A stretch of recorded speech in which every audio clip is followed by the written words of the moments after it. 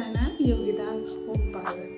तो आज मैं आपके लिए लेकर आई हूँ, समर सीज़न चल रहा है, ब्राइडल सीज़न चल रहा है। ब्राइडल फेशियल्स, ब्राइडल मेकअप्स की डिमांड बहुत ज़्यादा आ रही है। तो मैंने सोचा कि मुझे आपको एक अच्छा सा ब्राइडल फेशियल के बारे में नॉलेज देना चाहिए। ये फेशियल मैं आपको प्रैक्टिकल भी दिखाऊंगी, लेकिन मुझे लगा कि पहले मुझे आपको O3+ के ब्राइडल जो प्रोफेशनल वाइटनिंग फेशियल आता है, जो स्पेशली ब्राइडल्स के लिए ही होता है, उसका मुझे आपको नॉलेज देना चाहिए।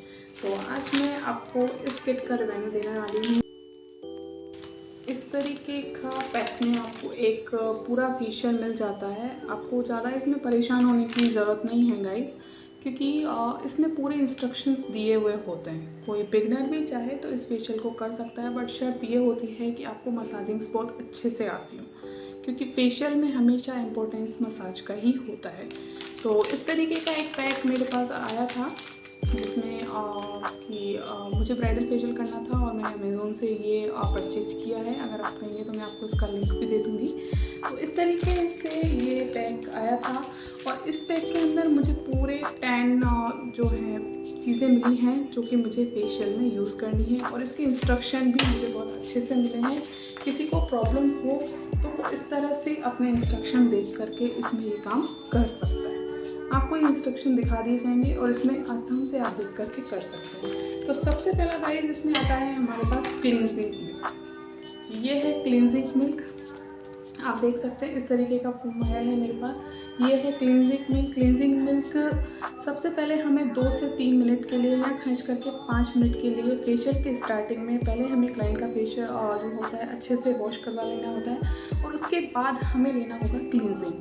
क्लींजिंग को हमें 2 to 5 minutes according to situation की गाइस, जो हमारा क्लाइंट है उसकी स्किन किस हिसाब से है। अगर रफ़ है तो वो जल्दी से ही, ड्राई स्किन है तो जल्दी से वो क्रीम को ऑब्जर्व कर लेगी। अगर ऑयली है तो उसे थोड़ा सा ऑब्जर्व करने में टाइम लगेगा। हम अच्छे से स्किन को ऑब्जर्व करा के और उसे टिश्यू से, पानी से उसे क्लीन कर देंगे। तो हमारा जो O3 का फर्स्ट जो नॉर्मली हर फेशियल का भी जो स्टेप होता है वो होगा क्लींजिंग मिल्क। सेकंड आपका आता है D10 पैक। जी, आपको D10 पैक को थोड़ा सा आप चाहें तो टोनर या कोई रोज़ वाटर मिला करके इस तरह से हमारे पास एक D10 पैक आएगा। इस तरह से इस D10 पैक को आपको फेस पैक के साथ मिला करके 10 मिनट के लिए अपने फेस पर रखना है। 10 to 15 मिनट्स रख सकते हैं, पर 10 मिनट सफिशिएंट होता है। 10 मिनट के लिए आपको इस D10 पैक को लगाना है, और आपको गाइस जैसे ऐसे ही नहीं निकालना है।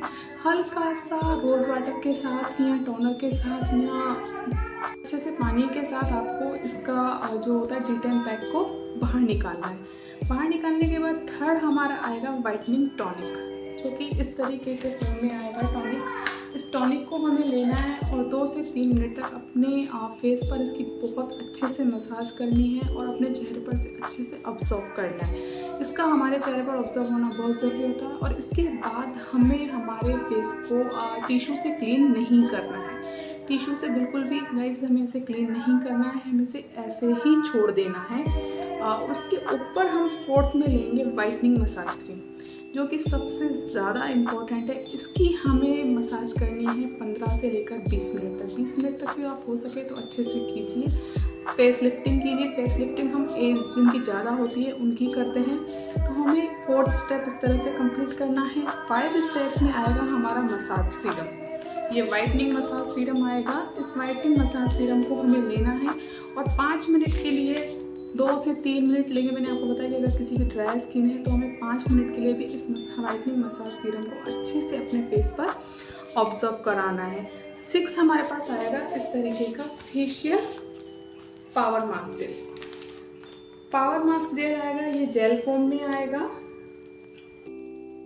इसमें हमें गाइस क्या करना है कि दोनों को मिक्स करना है। जेल एंड पाउडर 2 पाउच आएंगे, एक जेल फॉर्म में आएगा और एक होगा पाउडर फॉर्म में। इस जेल और पाउडर को दोनों को अच्छे से मिक्स करके एक येलो कलर का हमारे पास मास्क बनेगा, जिसे हम रबड़ मास्क कहते हैं। रबड़ मास्क की तरह ये बनेगा, और इसे हमें ज़्यादा गीला नहीं करना है, थिक रखना है। थिक फॉर्म में हमें आईलिड्स पर पूरा जो लिप्स वगैरह होते हैं कोई टेंशन नहीं है, ब्रश की हेल्प से हमें पूरा का पूरा मैसी की तरह से लगा देना है। कोई जरूरी होता है कि नीचे से ही लगाना है या ऊपर से लगाना है। जब हम फेशियल करते हैं तो हमेशा हम हमारे मास्क को नीचे से लगाते हैं या ऊपर से लगाते हैं, ब्लीच को हम नीचे से लगाते हैं। ठीक है। तो अगर ऐसा कुछ नहीं है मेसी, आप कहीं पे भी आईलिड्स पर, नोज पर, लिप्स पर पूरा का पूरा येलो कलर का जो एक रबड़ की तरह इन दोनों के से मिक्स करने के बाद जो मास्क बनेगा आपको ये अपने फेस पर अप्लाई कर देना है। इसके बाद हमारी हो जाती है 6-7 स्टेप कंप्लीट। एट्थ